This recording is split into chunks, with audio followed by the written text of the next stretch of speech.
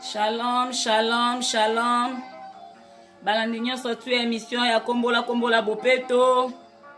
Nzambe aleka na kopambola bino, Nzambe aleka na kosala bino bolamu ebele. Bolamu na Nzambe ezala partage na bino. Bandeko nyonso bokoti na kati ya chaîne na biso ya kombola kombola bopeto.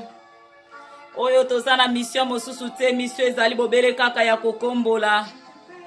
Mission na biso ezali bobele kaka ya kokombola, ya kolongola basalite nyonso. Mission na biso eza kaka ya kolongola mbindo nyonso, ya kolongola basalite. Étant donné que le Dieu qui nous a créés aza Nzambe oya bopeto, Nzambe asala biso na image pe na ressemblance na ye, aza Nzambe ya propreté, aza Nzambe alingi mbindo te, aza Nzambe alingi salite te. Loko ya alingi salite te, biso pe bana na ye tokoki kolinga jamais salite. Loko la Nzambe alingi mbindo te, biso pe tokoki kolinga mbindo te. Tokoki jamais kosala bondeko na eloko Nzambe azali koboya. Tokoki jamais kosala bondeko na eloko Nzambe azali korefuser. Tokoki jamais kosala bondeko na eloko Nzambe aza kodetester. Eloko Nzambe azali koboya ngo na kati na motema na ye. Biso pe bana na ye na se na moyo tobengami na koboya yango. Biso pe bana na ye na se na moyo tobengami na korefuser yango. Biso pe bana na ye na se na moyo tobengami na kotindika mosika Nzambe aza kotindika mosika. Nzambe aza contre salite. Nzambe alingi mbindo te. Nzambe alingi bopeto na mitema, bopeto na ba environnement, bopeto na ba relation, bopeto na makambo na biso nyonso. Nzambe aza kosenga na biso bopeto bandeko na nga. Nzambe aza kosenga na biso bopeto, la raison pour laquelle tozoya tozoloba. La raison pour laquelle tozoya tozoya koloba. Parce que Nzambe aza na posa ya bopeto. Nzambe aza na posa ya propreté na mitema. Nzambe aza na posa ya propreté ya bizaleli na biso. Nzambe aza na posa ke totindika salite mosika na biso. Nzambe alingi ke tobwaka salite mosika ya bandako na biso. Mosika ya mabota na biso tobwaka salite. Mawana moto ya kobomba salite na yekeke oyo. Mawana moto oya kobomba salite na ndaku na ye. Mawana moto oya kobomba salite na kati na motema na ye. Parce que komitango na Nzambe, komitango ya kokombola. Posa na Nzambe ezaki amona moto nyonso tu na kombo na loboko. Posa na Nzambe ezaki amona moto nyonso na kombo na loboko na ye. Nzambe aza na posa amona moto nyonso na kati na mosala. Nzambe aza na posa teke moto akanga maboko. Nzambe aza na posa teke moto akanga maboko. Nzambe alingi ke moto nyonso to akota na champ de travail. Nzambe alingi ke moto nyonso atelema. Nzambe alingi ke moto nyonso azaki na mbetu na ye, azaki na se na kweti. Nzambe aza kosenga ke moto alongola dra telema. Nzambe azosenga ke moto nyonso azaki na position allongée, adeba na kolongwa na mbetu na ye, ayeba na kotelema. Oyo nyonso ayebaki na kovanda, ayeba na kotelema. Akota na mosala ya kokombola. Akota na mosala ya kokombola parce que c'est le moment de Dieu. Zambaza na posa komona bopeto na mitema na biso. Zambaza na posa komona bopeto na mabota na biso. Zambaza na posa komona bopeto na mboka na biso Congo. Zambaza na posa komona bopeto na ndako na biso. Yango tango yango esebelemi. Ngonga yango ezali kosone ya kombola kombola bopeto. Ngonge ezali kosone ya kombola kombola bopeto. Ngonge ezali kosone ya kombola kombola bopeto. Ezali wana pona ko réveiller ndeko nyonso. Ezana pona ko lamusa conscience a moto nyonso. Ezana pona ko réveiller moto aza kolala. Ezana pona ko lamusa moto aza ko vanda na salite. Wazala ki ko trouver salite kitoko. Wazala ki ko mona salite za malamu ko umela na kati na mbindo. Zamba ye wana pona ko telemisa ona message wa kombola kombola bopeto. Koloba na yo te ngonge sili na kokoka. Telema zwa metena kombo na loboko na yo. Salito evanda ki na kata motema no bando kombola. Salito evanda ki na kata na ndaku na yo banda ko kombola. Salito evanda ki na kata libala na yo banda ko kombola. We evanda ki na kata na entourage na yo banda ko kombola. We evanda ki na kata mboka na yo Kongo bane na bane. Ngonge sili na kokoka zwa kombo banda ko kombola. Yango ngonga yango sili na kobelema. Kombola kombola bopeto eza kobeta. Eza kobeta ngonga.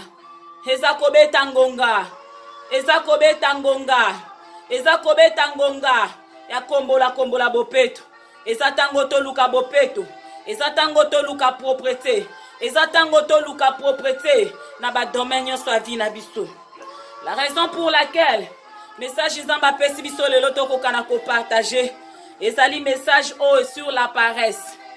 Message nzambe ayeli biso lelo balandi nyonso tu ya kombola bopeto, bandeko nyonso basepelaka na kombola bopeto, bandeko nyonso bakotaka na kati na chaîne ya kombola bopeto. Message nzambe amemeli bino lelo ezali message oyo ya paresse. Paresse, paresse, paresse détruit bandako ebele, paresse détruit mabota ebele, paresse détruit bamboka ebele, paresse komisi mboka poubelle, paresse komisi mboka poubelle, paresse komisi bandako mususu poubelle, paresse komisi bandako ebele poubelle, paresse ekomisi mitema ya bato mususu poubelle, ekomisa mitema bato mususu demeure ya satana, ekomisa mitema bato mususu efandelo ya moyini. Paresse, paresse, paresse, paresse, paresse ekangisa bato ebele maboko, atazomona salite akotelema te po abongisa, atazomona salite akotelema te po alongola, atazomona salite akosala eloko moko te, azotalaka salite na ndenge wana, azotalaka salite ndenge wana paske bolembo eselati nzoto, maboko kilo, azokoka te kotelema mpona kosala musala, azokoka te kotelema mpona kobongisa bisika azovanda, azokoka te kotelema mpona koambelire esika azali.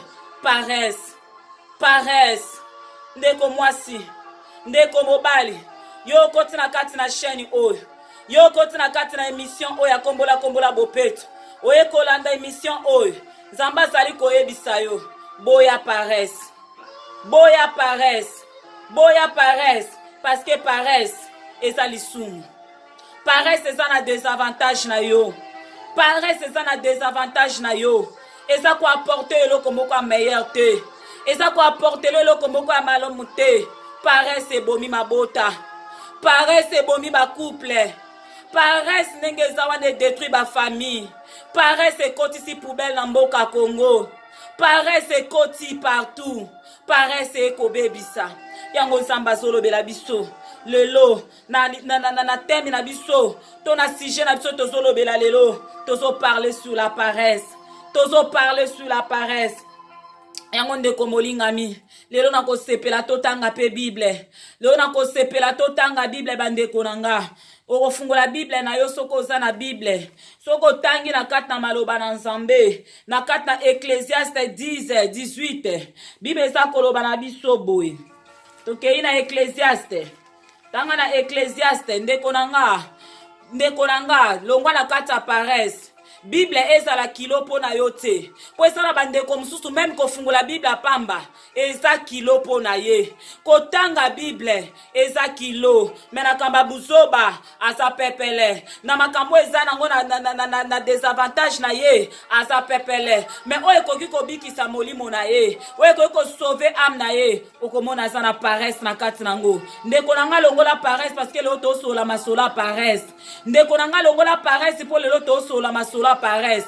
Soko zalaka na Bible telema na tikelo ngonga moi quelques minutes kede kotala esiko taki Bible na yo zwa yango fungola totange elongo, fungola totange elongo. Mais soko ke kozwa Bible na yo te pona kotanga nange elongo te, eli kotalisa boni yo zo umela na kati na paresse, e talisa maboni olingi paresse poza ko demeurer na kati na paresse. Mais soko za ko boya paresse na kosenga na yo zwa Bible, zwa Biblia na yo esika ezali totanga ensemble na yo ndeko na ngai. Natiki mwangonga mukie po ozwa Bible na yo en fait que totanga ensemble. Nangonga nanga pe naza koluka passage wana.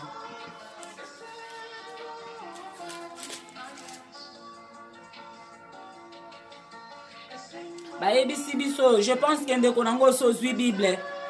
Lokolo zwi Bible na yo siko tokoyeba na kotanga. Bible lobi na biso na Ecclésiaste chapitre 10. Na tobandi na 18. Bayebisi biso boye. Quand les mains sont paresseux, la charpente s'affaisse. Et quand les mains sont lâches, la maison a des gouttières. Au comprendre makamba uti koyebisa biso awa. Bandako ebele. Bandako ebele. Bandako ebele. Donc, nini na tol na bango. Et si donc, et comment nango ko s'écrouler. Donc, bandako na bango et comment donc en insécurité moko totale. Ndako eza lisusu na protection te. Or que to yebi ndako. Etongama pona mutako kaka même ko bomba manakati contre mi pepe, contre mi yibi, contre ba tempête, donc ba neige, ba moya makasi, ba makambe bele o eza libanda. Soki ba salela biso bandaku, eza pour que toko kako se cacher na kati. Eza pour que toko kaka même ko se protéger na kati. Mais olandisa maloba na nzambe o ba ebisi biso awa balobi na 18.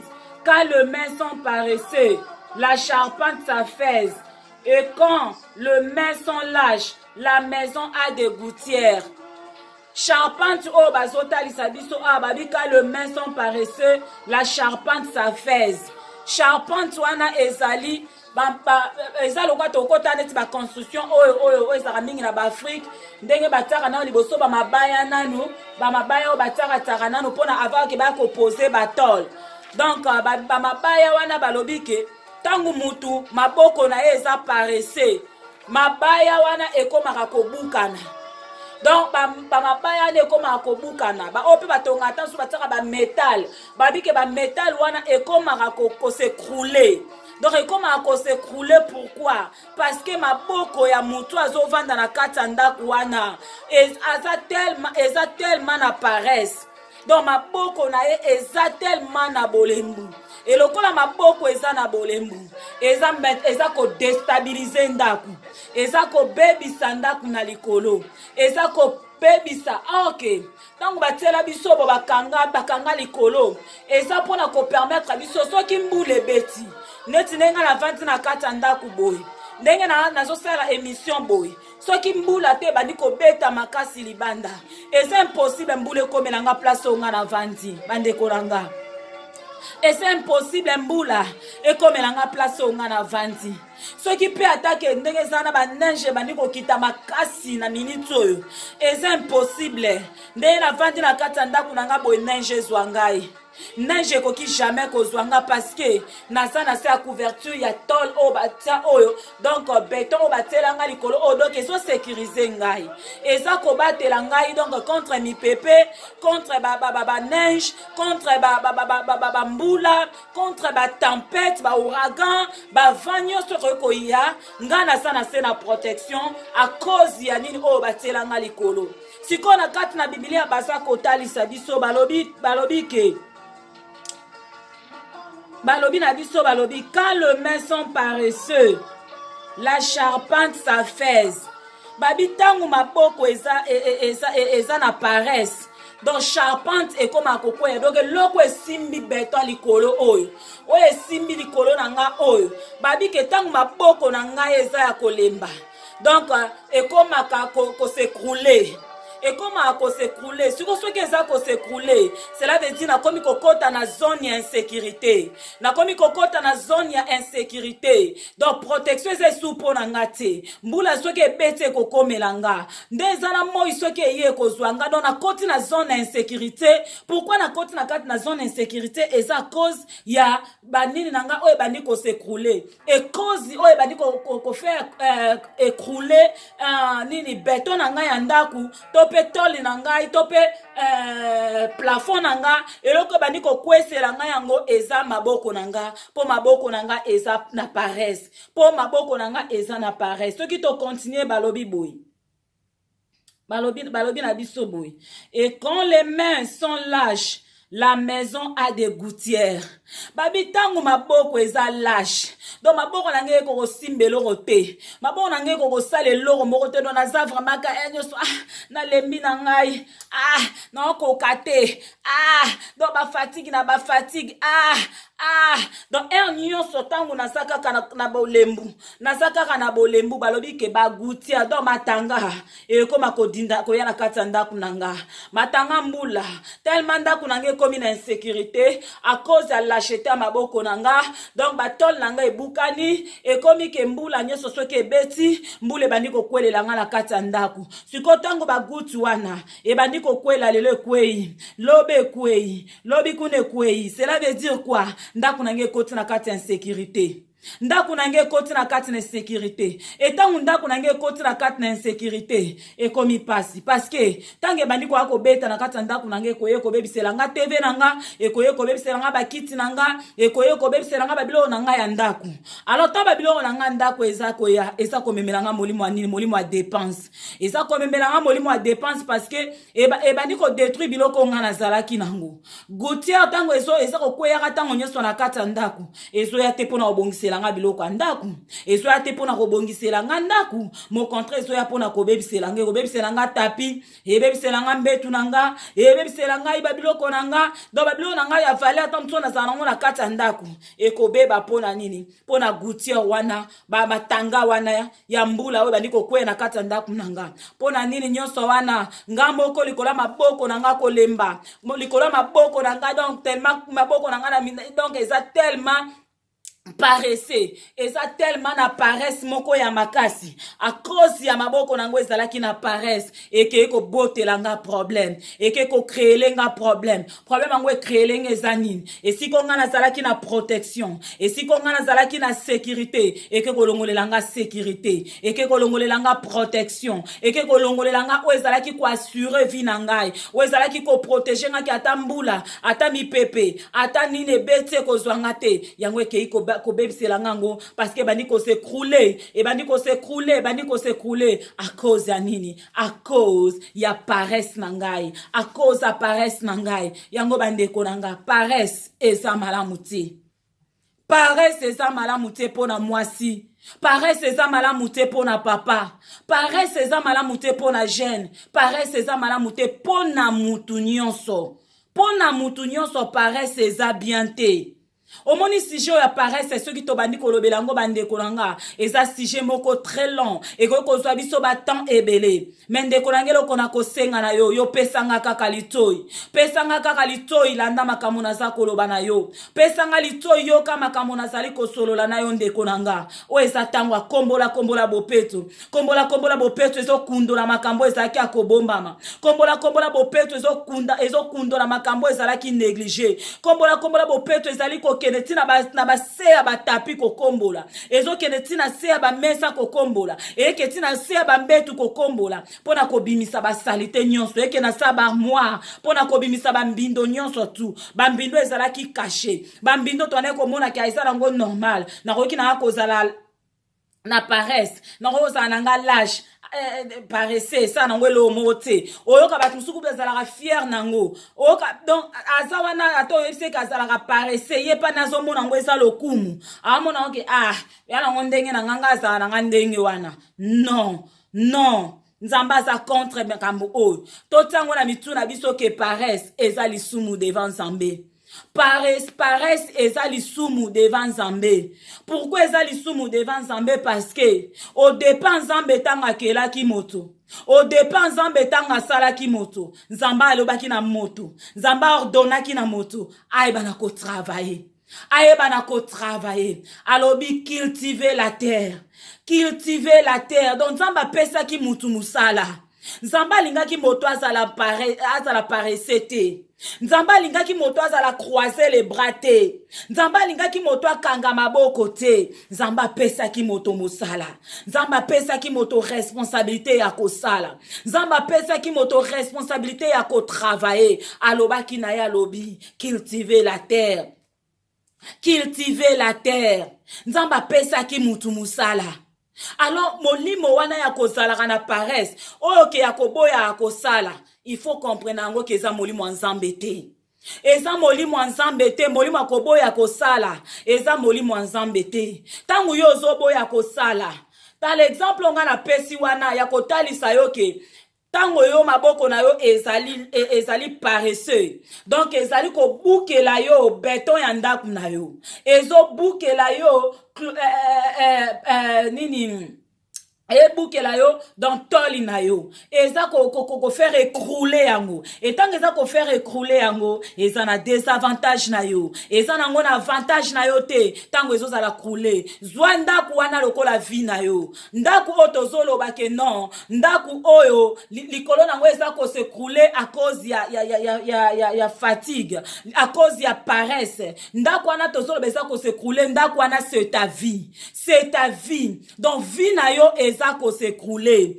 vie na yo et oyo protégeaka vie na yo eza ko s'écrouler. Donc vie na yo nde mutu eza ko s'écrouler. Et tangu maboko na yo continue toujours kozala lâche, maboko ezozala toujours lâche, donc koka ko simbelo ko te so simbelo ko kaka bras eloko ekweni. Donc lâcheté wana maboko na yo eza nango elingi koloba ke misala na yo nyonso. Donc balobi ke tangu maboko na yo eza lâche, balobi ke ba gouttière ekokoma kokweya na kati na ndaku na yo, e ba gouttière wana ezo yande pona ko ruiner ndaku na yo, ndaku wana eza vie na yo ezo pona ko ruiner vie na yo, e ya kobebisa makamba malamu nzamba tsana kati na yo, ezo kobebisa ba opportunité kitoko ko réussir vie na yo, ezo ya kobebisa nyonso tu ya yo eza kobeba nyonso wana a cause ya nini, a cause ya kozala paresse, ya kozala paresse. Nzamba za contre la paresse.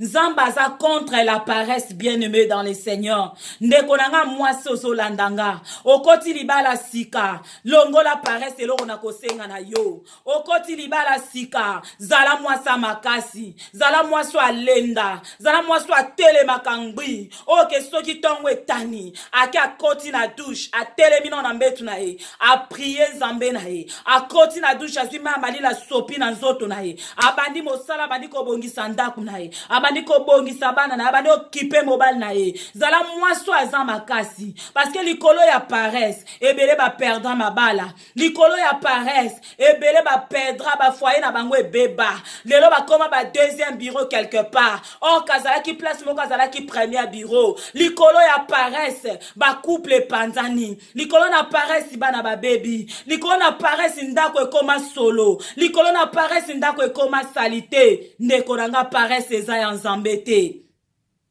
Paresse eza ya nzambe te, paresse eza ya nzambe te. Paresse eza ya nzambe te, totele matolongwa na kati na paresse.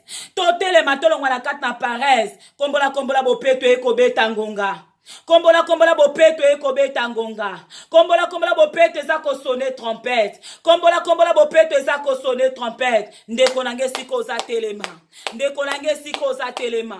Ndeko nange siko za telema. Zwa kombo banda ko kombo la paresse. Zwa kombo banda ko kombo la paresse. Zwa kombo banda ko kombo la paresse. Parce que paresse eza na désavantage na yo. Paresse eza na avantage na yo te. Paresse eza na avantage na yo te. Ndeko nangai, paresse eza na avantage na yo te. Toke su mobembo. Nzamba tindi biso alobi tokende siko na proverbe 6:6. Na proverbe 6:6 baza koyebisa biso nini. Balobi ke tokende kotala insecte moko. Tokende kotala insecte moko. Na kotala insecte wana toyeba na kozwa maele. Nzamba tindi biso mission. Nzamba tindi biso mission alobi bokende. Bokende pa ina ba fourmi. Yo oyo za mutu, quelle honte. Tala degré oyo okomi kokomela. Nzamba komi kotinda yo, okende pa insecte, okende kotala insecte, lolenge ni na vivaka. Okay, yo na insecte, yo mtokoka kozala mayele koleka fourmi. Yo moto sengela ki ozala mayele koleka fourmi. Mais tellement degré buzoba na yo. Degré ya buzoba na yo, degré ya paresse na yo. Degré ya paresse na yo eleki tellement niveau. Degré ya paresse na yo eleki tellement niveau. Nzamba zotunda lobi kende kotala kende kotala ba fourmi lolenge nini ba fourmi ba vivaka lolenge nini ba fourmi ba vivaka comme ça okoma maele parce que moto azalaka paresse azalaka zoba mais ye moko se croyait comme si az intelligente se croyait comme si az intelligent ami mona comme si na mta maele ngana yebi ningi qui connaît tout ngaba ko apprendre ngani ngaba ko enseigner ngani donc ami mona rakaza muta maele mais nzamba zoloba na ye ozazoba yango wana na yebisi yo kende epai na fourmi kende kotala ndenge fourmi avivaka comme ça okozwa maele okokoma maele tango kotala via fourmi lolenge nini fourmi avivaka toke na kati na proverbe 6:6 kuna bazoyebisa biso balobi na biso boye va vers la fourmi batindi biso babi bokende epai na bafourmi bokende epai na bafourmi va vers la fourmi paresseux yo moto abolembu yo moto agoyigoyi yo moto o maboko ezalaka ya kokangama ata salite evandi liboso na yo okotelema te mpo olongolango ata osisi kolia basani etelemeli oka liboso na yo wana bakopo evandeli okaka wana ozotala ngo oleki otelema olongola obongisa osokola yo maboko kaka bolembu yo kaka baparese na baparese yo kaka mbetu yo kaka bapongi yoka nini nzambe aza koloba na yo nzamba lobi boy va vers la fourmi paresseux babengi yo paresseux babilonga kende yo moto na goyigoyi kende considère ses voies balobi kende ko bana siko ko considérer banzela ya ba fourmi donc kende ko considérer marche ya ba fourmi kende ko considérer etamboli ya ba fourmi considère ses voies et devient sage. Tale tamboli na bango, pe koma moto na maele. Tale tamboli ya ba fourmi, pe koma moto na maele. Elle n'a ni chef. Babi fourmi azalaka na chef te. Fourmi azalaka na mokonzi te. Fourmi azalaka na moto akweselaka ye balwa te. Ya koloba na yeke, siko sala boye, siko kende boye, o boye. Fourmi bazalaka na bango na ba chef te. Metala biso batoto ana bakonzi. Tozo tambola lokola banyama. Na ba fourmi baleki biso maye le peuple congolais. Na ba fourmi baleki biso maye le peuple congolais. Oh, mawa na peuple congolais. Mawa na moto oyo atondisa mi na kati na goyi mawa po ete na kati na biso toza na ba chef mais toujours malgré ba chef toza na bango désordre ezaka na kati na biso toza ko avancer te toza ko évoluer te tozo sala eloko moko te ya spécial pourquoi pona goyi et pourtant toza na ba chef o bazo diriger toza na mikondi partout okende na ba église ba pasteur baza na payo okuta président na kati na mabota papa mama zalaka mais malgré mikondi wana rien ne marche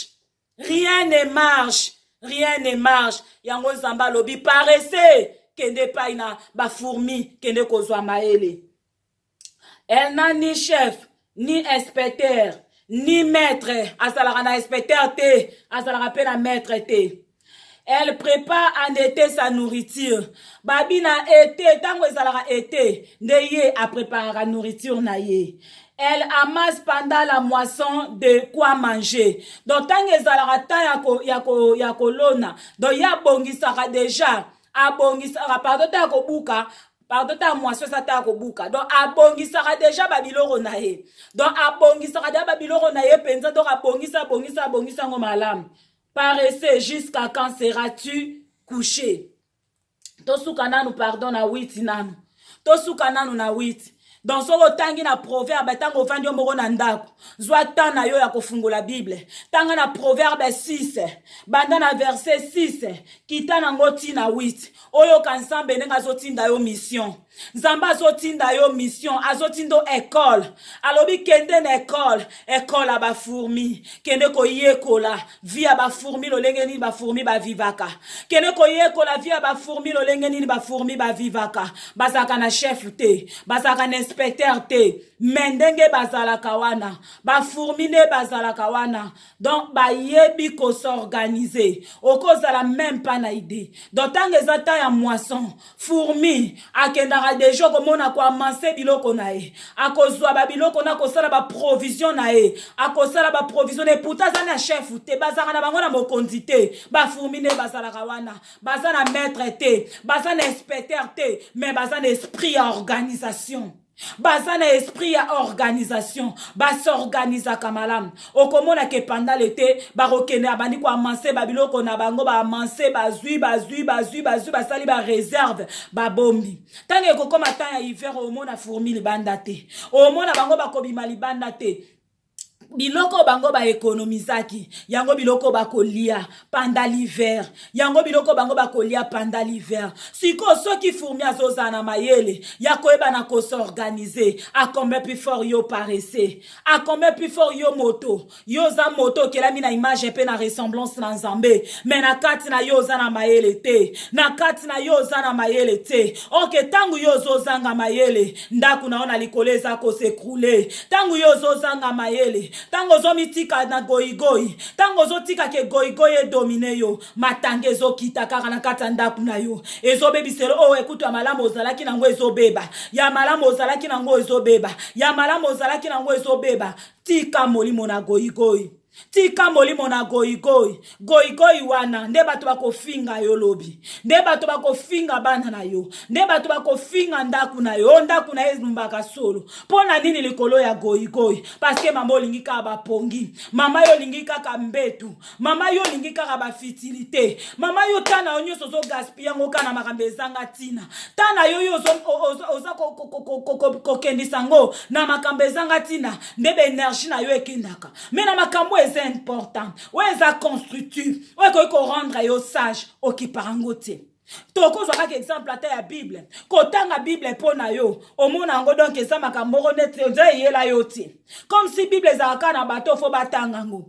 OK Bible na tant ozali. Et comment la disponibilité à moto nyonso. Et comment na ngo na disponibilité ya moto nyonso disposition disponibilité à mutu nyonso ke mutu nyonso ana facilité kozwa Bible pe kotanga pote aiba na kozwa boyebi mais yo ko sepela ta na onyonso o gaspiller ngo toujours na ba émission ezanga tina na makambo ezanga tina na makambo ezali ko important plus na vie na yo te kaka koto bato baso finga naka koto bato basa na barando koto bato basa na barakine koto bato basa kotalisa ba tatu na bango koto bato basa ta mususu ko s'exposer koto bato basa ko tinda bato toujours vers le mal ndebisika yo mene o gaspillaka tana yo orke esengeli tana yo o concevoir yango na makamba malam yango Nzambe aza kosenga na yo yo moto na bolembu telema bana ko bongisa ndaku na yo zala mwasa makasi bakomi na proverbe 31 na proverbe pardon, toye ba pe tout na ko vérifier. Oh balobi na biso mwasi wana femme vertueuse, aza une femme forte, aza une femme oyo, alamukaka déjà tongo. Alamukaka déjà tongo déjà. Pona koyeba na ko bongisa ndaku na ye. Donc aza une femme. Donc na proverbe 31 10 zo kitina se bakotalisa biso mwasi wana ndenge ni naza mwasa makasi ndenge ni nalamukaka babi tango eza nanu mulili libanda ya sa telemi donc aza wana tanga lamukaka déjà aza bien précis na makamna o akosala bien organisé aza une femme forte tanga telema bandi kotala la situation nyo swanda kunaye ko bana ko bongisa ko pesa ba tâche à responsabilité na bana misala ko bana ko bongisa biso na poto to na bana misala te mais kaka biso moko pe to koki ko bana ko mi bongisaka o telemo bandi ko bongisa ndaku na yo o telemiso ko ke musala déjà so bongisa ke makambo nyonso c'est ça il faut ko bimana kat na goigoi. Il faut qu'on bimana kat na goigoi. Il faut qu'on